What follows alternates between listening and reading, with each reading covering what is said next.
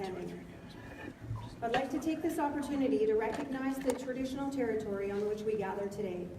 I wish to acknowledge and honor the stewardship of the Haudenosaunee people.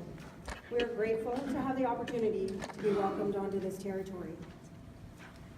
At this time, I ask that you please mute your cell phones out of respect for our speakers. If you have not yet received copies of our media release, please let our colleague Derek Rogers know and he will ensure that you get one. Before we begin our remarks, I'd like to take the opportunity first to introduce you to our panel and then outline how the media conference will be conducted.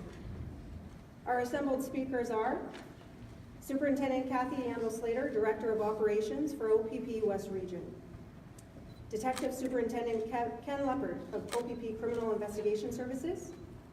And Acting Deputy Chief Darren Montour of the Six Nations Police Service.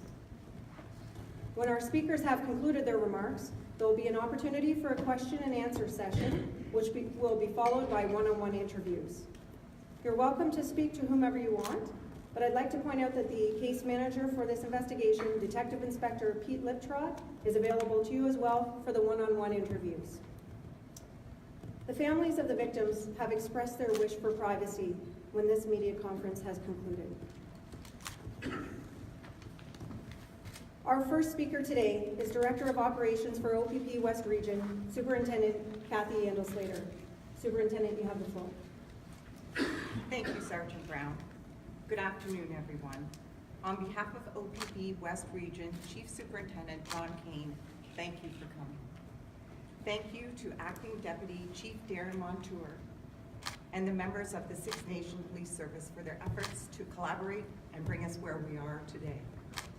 And thank you to the victims' families and to the community for their patience, their resilience, their cooperation and support as we conduct a thorough and professional investigation into the tragic events that occurred last fall. Not long ago, you were invited to a news conference to try to help to solve 3 murders. Our members and the team assembled put together information and photos for release to the media, through social media, and at the roadside to the public. All of it was a united effort to seek information from the community to help find the killers. The people responsible for the deaths of Melissa Trudy Miller and her unborn child, Alan Grant Porter, and Michael Shane Jamison. Today, we are in a position to announce charges against 3 people we believe are responsible for the losses that the victims' families will have to live with for the rest of their lives, and from which this community is still grieving. Detective Superintendent Leppard will shed more light on that aspect shortly. I wanted to take just a moment to explain why it's important for all of us to work together to try to conclude these outstanding investigations. Many of our investigations are resolved in a timely way, and some are not. Resolution is why we enter the criminal investigation side of the policing profession. As police leaders, community safety is what drives us to serve. Successfully investigating crime and providing resolution directly contribute to community safety, along with all of the work we do in our communities and in our schools to prevent crime and victimization. The public, victims' families and friends, and the media have played key roles to help us achieve resolution. If we are successful, our communities remain safe places to live, to work, and to visit. Today, we are able to bring some element of resolution to the families and a community that experienced a horrific crime in 2018. Our shared goal has been to find out what happened to Alan, Michael, and Melissa, to locate the culprits, and, if we are able, to determine why these 3 people came to such a violent end. Police cannot solve these types of crimes on our own, especially those that remain unsolved for longer periods of time than any of us would have wanted. Every investigation is unique, The speed, flow, and direction of any investigation is determined by the assigned major case manager, including when information is released to the public and/or the media. Community safety and well-being are everyone's responsibility. Police now rely on mobilizing citizens and witnesses, regardless of where they live, as yet another way to help the victims' families find resolution. We have come a long way towards achieving our shared goal of community safety and ensuring that the culprits and the accomplices are brought to justice. Through diligent and professional investigation, we have been able to lay the serious criminal charges that we are to discuss here today. Now, Detective Superintendent Ken Leppard from the OPP Criminal Investigation Services will recap the murders of Melissa Miller, Alan Porter, and Michael Jamison, and explain what has been done to advance this ongoing investigation. Ken? Thank you, Superintendent Yandel Slater, and good afternoon, everyone. I want to express our heartfelt sympathies to the families and friends who have been, no doubt, experiencing the impacts of the staggering personal losses, as has the greater community of Six Nations of the Grand River. This continues to be a complex investigation, and any complex investigation takes time to complete in a professional and thorough manner. All OPP CIB major case managers ensure every lead is investigated and all available resources are allocated to promising areas of investigation. Many resources from the OPP and Six Nations Police Service have been used to advance this investigation. I can assure you and the community that this investigation has been active and ongoing throughout this period and has led us to announce the serious criminal charges we have now laid. To recap, 3 residents of Six Nations of the Grand River, 37-year-old Melissa Trudy Miller, 33-year-old Alan Grant Porter, and 32-year-old Michael Shane Jamison were murdered. Their bodies were recovered on November 4th in Middlesex County. Melissa Miller was 7 months pregnant at the time of her death. As a result of this investigation, under the direction of Detective Inspector Pete Liptrot of the OPP Criminal Investigation Branch, we have charged 3 people contrary to Section 235(1) of the Criminal Code of Canada as follows. 36-year-old Nicholas Shipman, 3 counts of second-degree murder. 30-year-old Thomas Bomberry, 2 counts of second-degree murder. And 32-year-old Jamie Beaver, 1 count of second-degree murder. Thomas Bomberry was arrested on March 5th and appeared in Ontario Court of Justice in Brantford for a bail hearing on March 6th. He was remanded into custody. Nicholas Shipman was arrested on March 6th and held for bail on the same date, where he was remanded into custody. Both Bomberry and Shipman are scheduled to appear at the Ontario Court of Justice in Brantford on May 9th, 2019. Beaver was arrested today and is being held for a bail hearing.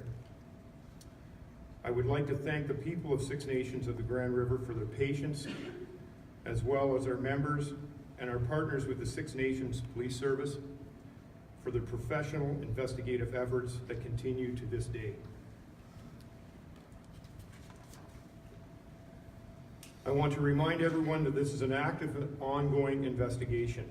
We will not be commenting on specific details to protect the integrity of the investigation and any ensuing court processes.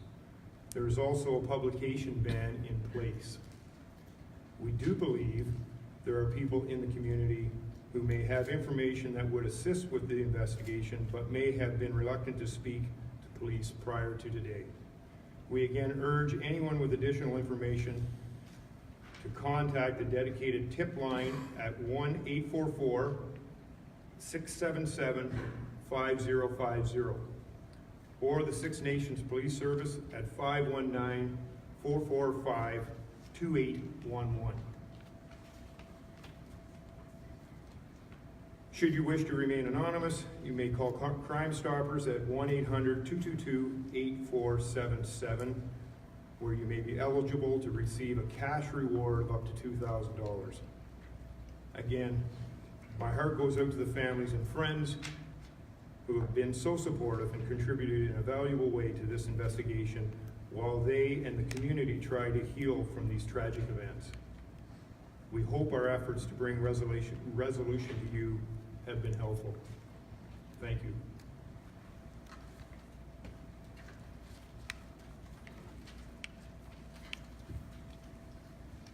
Thank you, Ken. Good afternoon, everyone. Again, I'd like to express my condolences to my fellow community members and to the families of Alan, Melissa, and Michael. It saddens me to know that people who call this area home have been charged with ending the lives of 3 fellow community members in such a tragic way. We have been working diligently with our OPP partners and with the families through our victim service professionals to encourage members of our own community to come forward with information on these and on any other unresolved crimes. It has taken great courage for the families to endure the months that have passed while we conduct a thorough and professional investigation. We know that our investigative work is not yet done and that there are still unresolved issues and crimes in this community. As our partners have mentioned, it's so important for anyone with information for this ongoing investigation to bring it forward to us. There are other families who are still living with the losses in their lives who need some form of resolution as well. Our community as a whole needs resolution in order to heal and move forward. You may not think you know what is important. Even small or seemingly insignificant information can assist us with solving serious crimes. As we said last November, and we will say again today, we need information from the public, from this community, from you, if we are to mitigate or remove the threats that harm caused by illegal activities. We have taken steps toward that goal with the criminal charges laid this week. We still have more to do. I urge everyone to call the Six Nations Police Service at 519-445-2811 or the dedicated OPP tip line at 1-844-677-5050 or call Crime Stoppers at 1-800-222-8477. You can make a difference. Please help make our community safer. We will continue to grieve for Alan, Michael, and Melissa, and all of the potential lost with Melissa's unborn child. Our thoughts are with their families and friends who will unfortunately be reliving these tragedies throughout the enduring court processes. Thank you. Thank you. That concludes the formal portion of the media conference. We now have time for a brief question and answer session. So I'd ask that if you have questions that you raise your hand, identify yourself, the media agency you represent, and to whom you wish to speak before asking your questions, bearing in mind that one-on-one interviews again are also available prior to the following the conference with the case manager, Detective Inspector Pete Liptrot. My name is Samantha Craigson from the CBC. Could you tell us anything about the relationship between the victims and the people who are charged? Thank you for your question, but we will not be commenting on family relationships, either past or present. Can you tell us if there is any relationship with past murders that have happened in relation to this community and this investigation? We are treating all of our homicide investigations in this area as independent at this time. Right. Jane Sims, London Free Press.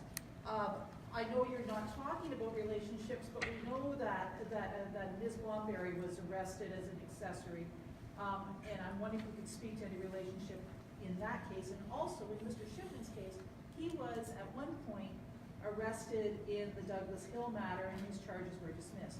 Can you say now that those homicides are connected, given that he was a suspect but released on the murder of 2 years ago, or the homicide of 2 years ago, and is now have been arrested in this one? Again, we appreciate the media's interest in the details of this very intriguing and complex investigation, but due to the ongoing court process and particularly the publication ban, We will not be discussing details relating to the investigation or to the relationships of those involved. Hello, sorry. Justin Lethbridge, Turtle Island News. Will there be more charges or arrests made following these arrests? Again, our investigation is ongoing, and we will not be discussing future investigation at this point.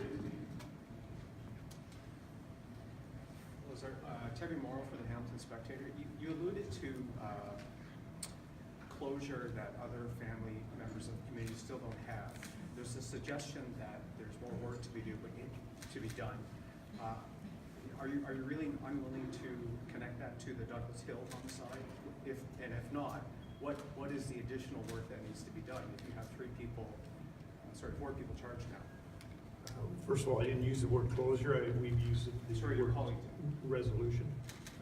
But as far as linking any outstanding crimes to our ongoing investigation, we are not prepared to do that at this time. We are treating all of these investigations independently.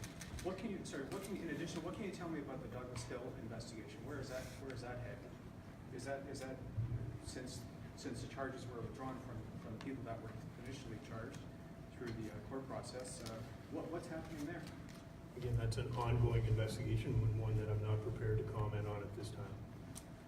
Okay, folks, just for clarification and for fairness, if you could raise your hands in this direction, and then when you identify yourself, identify who it is that you wish to speak to, please. You were next. Nanda Garland, 2 Row Times, and this is for anyone. Nicholas Shipman was arrested on a car theft in the fall, just before the discovery of the victims. Was he in custody since that time, and was he in custody when he was arrested for this? Arrested now. Yes, Mr. Shipman was arrested on November 3rd on an unrelated matter, and he had been in custody since that time.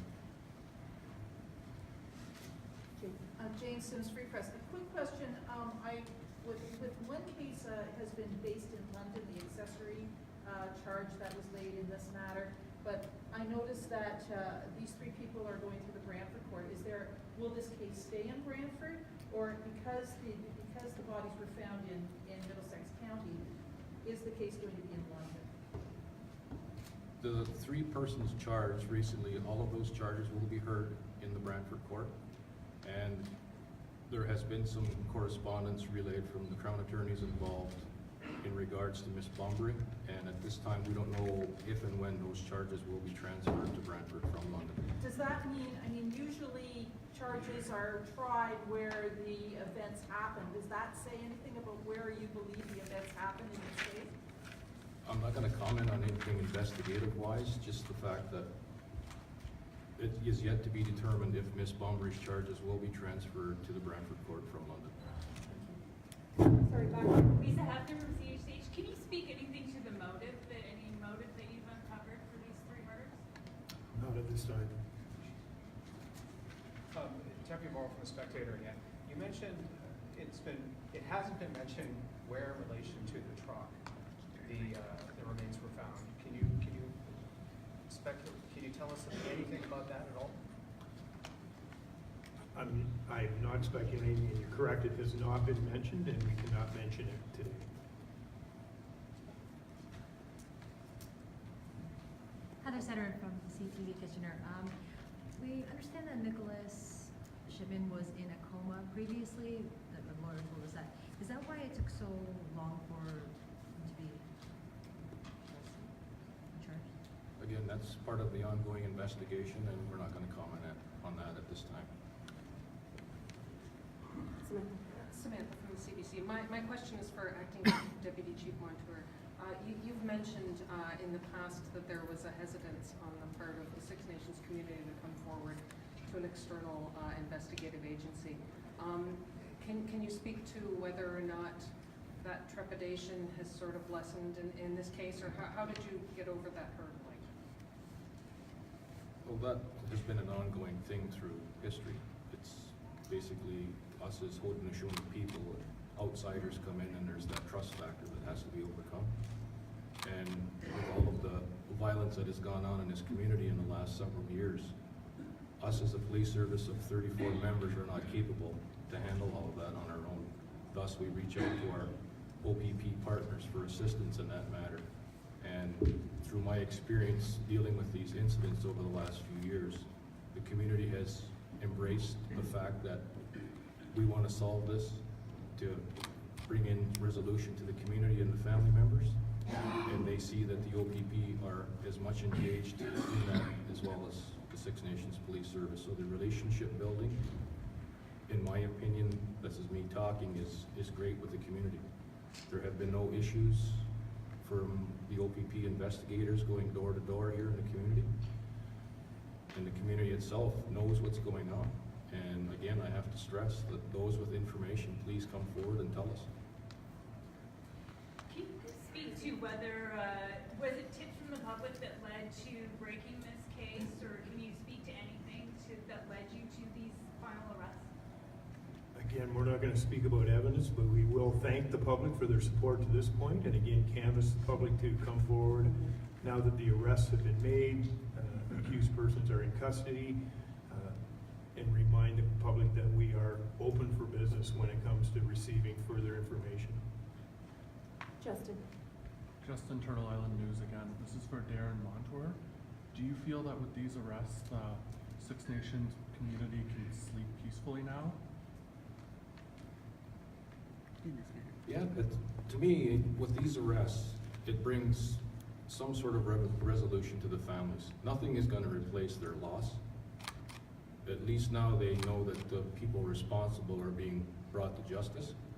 And I know there's still other unresolved crimes in this community. And again, I'm reaching out to the community to come forward. There's people out there that know what happened. And we want to know to bring resolution to those families as well.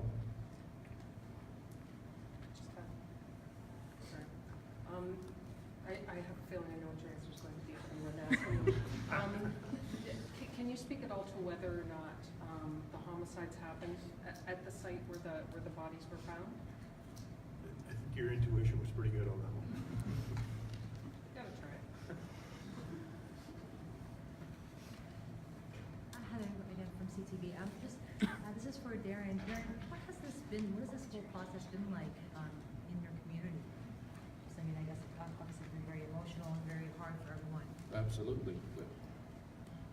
I grew up here, and I know the families involved. The other incidents that happened, I've known the families involved. And you can just see what it has done to this community. And not only the victims' families, community members, but the police officers who work here. I can speak for myself and the OPP officers. We've put in countless hours in this investigation as well as the previous ones.